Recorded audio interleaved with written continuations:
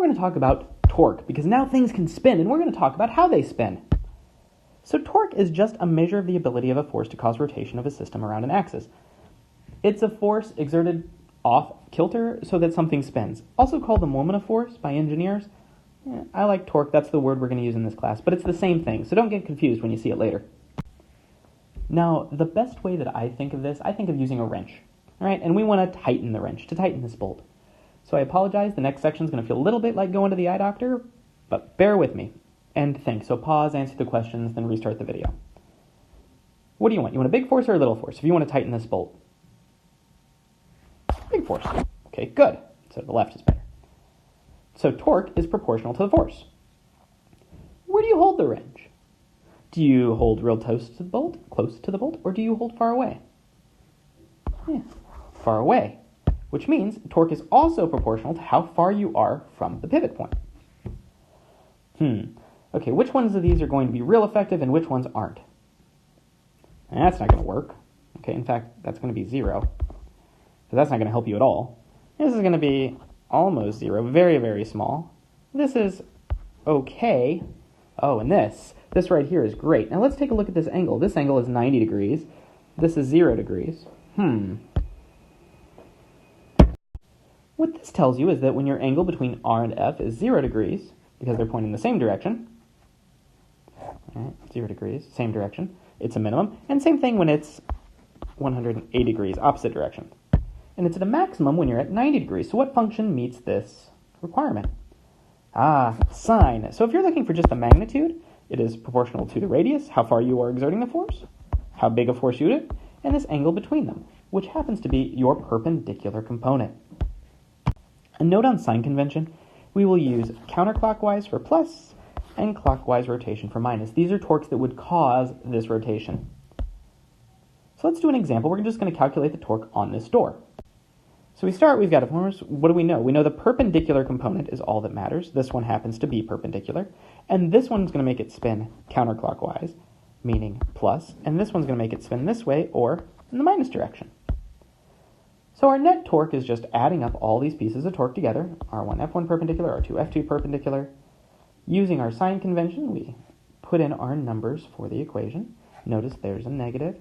And we get the torque is 55 Newton meters in the plus direction, which means your overall rotation is going to the plus direction.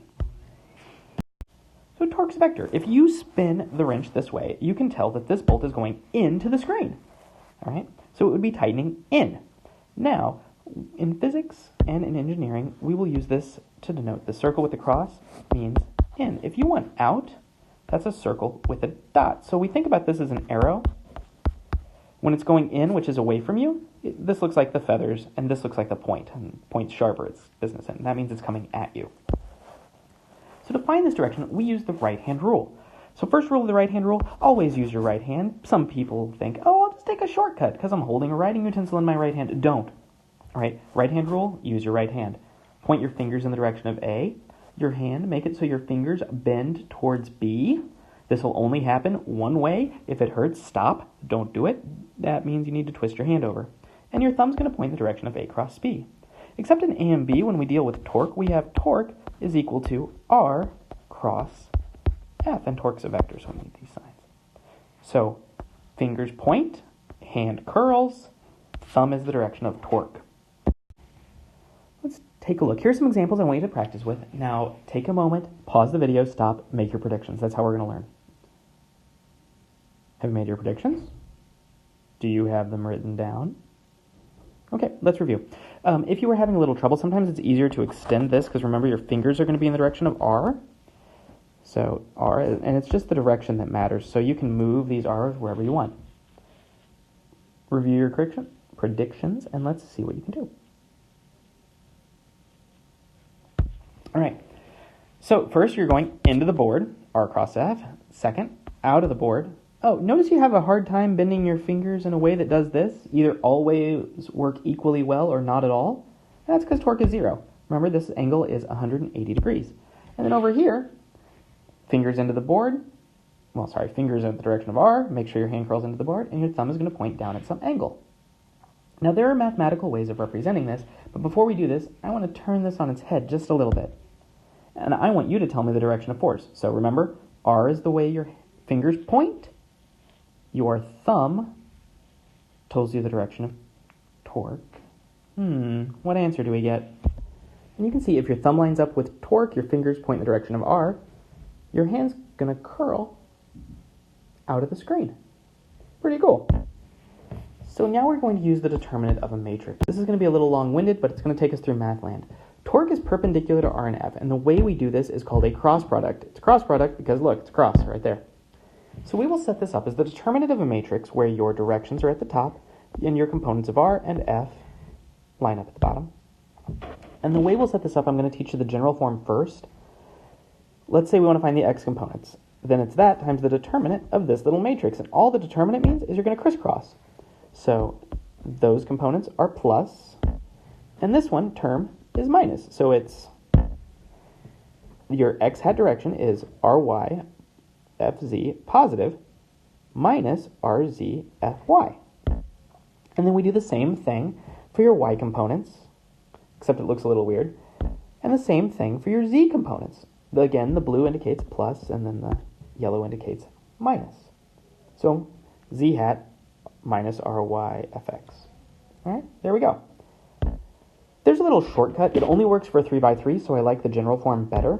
But you just copy your X column and your Y column. And now your pluses still go towards the right, your minuses still go to the left, but you don't have to worry about covering one up and doing a little matrix. It only works for 3x3, which is why I like to show you the other first. Now let's put this to a test. We have our radius, and this force is acting at that radius, causing this system to rotate about the origin. So if you look at this, we could try a right-hand rule, and we could say, oh, look, it's going to come out of the page, or in this case, positive z. So let's try it out.